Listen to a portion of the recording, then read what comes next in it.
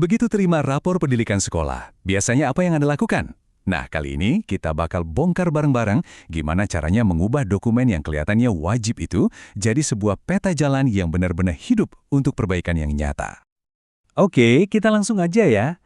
Tiap tahun, sekolah pasti dapat rapor pendidikan. Dokumennya udah di tangan. Tapi, seringnya nih, habis itu muncul pertanyaan besar. Terus, habis ini ngapain? Nah, di titik inilah biasanya kita jadi bingung dan nggak tahu harus mulai dari mana. Ini dia kuncinya. Rapor pendidikan itu bukan nilai akhir atau vonis loh. Anggap aja ini kayak hasil medical check-up tahunan buat sekolah kita. Justru, ini adalah pemicu, titik start kita buat memulai sebuah siklus perbaikan yang terus-menerus berputar. Sebenarnya, pemerintah tuh udah nyiapin peta jalannya loh, namanya Sistem Penjaminan Mutu Internal atau SPMI. Pada dasarnya, ini adalah kerangka kerja resmi yang ngebantu sekolah buat ningkatin kualitasnya secara sistematis, langkah demi langkah. Siklus SPMI ini punya 5 tahap yang logis banget. Pertama, kita tentuin dulu standarnya, tujuannya mau kemana. Terus, kita petakan kondisi sekarang, biar tahu posisi kita di mana. Dari situ kan kelihatan tuh celahnya, barulah kita susun rencana, kita laksanakan, dan terakhir, dievaluasi. Siklus ini muter terus, jadi lama-lama budaya mutu di sekolah jadi kuat. Oke, 5 tahap tadi mungkin kedengarannya agak ribet ya untuk praktek di lapangan, makanya kita bisa sederhanakan jadi 3 langkah aksi yang super praktis dalam kerangka perencanaan berbasis data atau PBD. 3 langkah ini, identifikasi, refleksi, dan benahi. Inilah cara kita membumikan siklus mutu tadi dalam kegiatan sehari-hari. Yuk kita bedah satu-satu. Kita mulai dari yang pertama, identifikasi.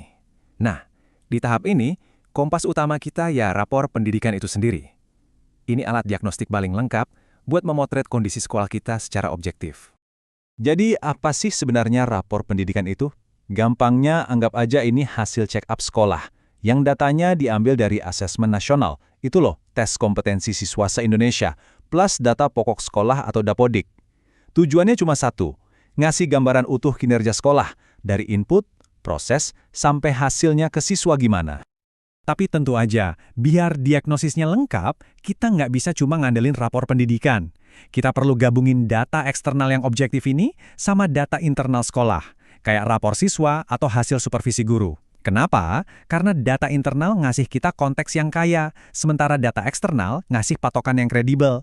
Nah, kombinasi keduanya ini yang bikin kita jadi paham betul kondisi sekolah. Pas buka rapor pendidikan, kita bakal langsung lihat ada kode warna yang gampang banget dipahami. Pertama, warna hijau. Kalau hijau, artinya capaian kita sudah baik. Ini adalah kekuatan sekolah yang perlu dipertahankan, dan bahkan mungkin bisa jadi inspirasi buat sekolah lain. Lanjut, ada warna kuning. Kuning ini artinya capaian kita di level sedang. Ini bukan zona bahaya sih, tapi ini sinyal jelas kalau masih ada ruang buat perbaikan. Biar tahun depan bisa jadi hijau gitu. Nah, yang paling krusial, warna merah. Merah berarti capaiannya masih kurang. Ini ibarat lampu merah, panggilan untuk segera bertindak. Area yang warnanya merah inilah yang harus jadi prioritas utama dalam rencana perbaikan kita. Oke, kita udah identifikasi area yang merah-merah tadi. Sekarang kita masuk ke tahap kedua, refleksi. Tahu ada masalah itu baru setengah jalan. Pekerjaan sesungguhnya adalah mendiagnosis kenapa masalah itu bisa terjadi. Kita harus cari sampai ke akar-akarnya. Coba kita ambil contoh yang paling sering kejadian ya. Rapor pendidikan nunjukin nilai kemampuan literasi siswa warnanya merah. Masalahnya jelas kan? Tapi pertanyaannya sekarang adalah, kenapa? Apa sih penyebab utamanya?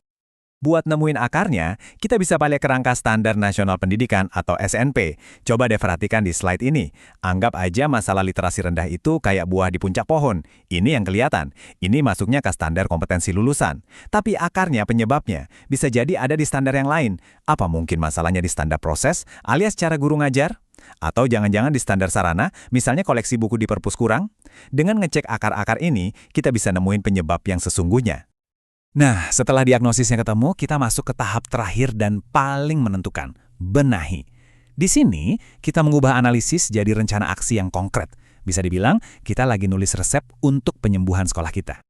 Rencana perbaikan yang bagus itu setidaknya harus nyentuh 3 area. Pertama, jelas kualitas pembelajaran di kelasnya. Kedua, kompetensi gurunya juga harus dikembangkan. Dan ketiga, ini penting banget, pengelolaan sumber dayanya. Semua rencana ini harus bisa diterjemahkan ke dalam anggaran, lewat rencana kegiatan dan anggaran sekolah atau ARKAS. Dan ini dia yang bikin semuanya jadi nyata. Lihat contoh di slide ini. Masalah dari rapor, kualitas pembelajaran cukup. Solusinya, tingkatkan keterampilan guru. Nah, ini langsung diterjemahkan jadi kegiatan spesifik di ARKAS, peningkatan kompetensi 5 guru mapel literasi, lengkap dengan anggarannya yang jelas. Kelihatan kan alurnya? Dari data, jadi diagnosis, jadi aksi, sampai jadi anggaran. Inilah alur yang powerful. Sebagai penutup, penting banget buat kita ingat kalau proses identifikasi, refleksi, dan benahi ini bukan proyek sekali jadi terus selesai. Bukan. Ini adalah sebuah siklus, sebuah perjalanan tanpa akhir untuk membangun budaya mutu yang berkelanjutan di sekolah kita. Kutipan ini pas banget buat merangkum semuanya. Siklus penjaminan mutu ini bukan cuma salah satu program sekolah, tapi harusnya jadi poros, jadi pusat, jadi jantung dari semua upaya yang kita lakukan untuk meningkatkan kualitas pendidikan buat anak-anak didik kita. Dan satu tips praktis terakhir dari saya, jangan biarkan rencana Anda jadi dokumen mati yang cuma disimpan di lemari.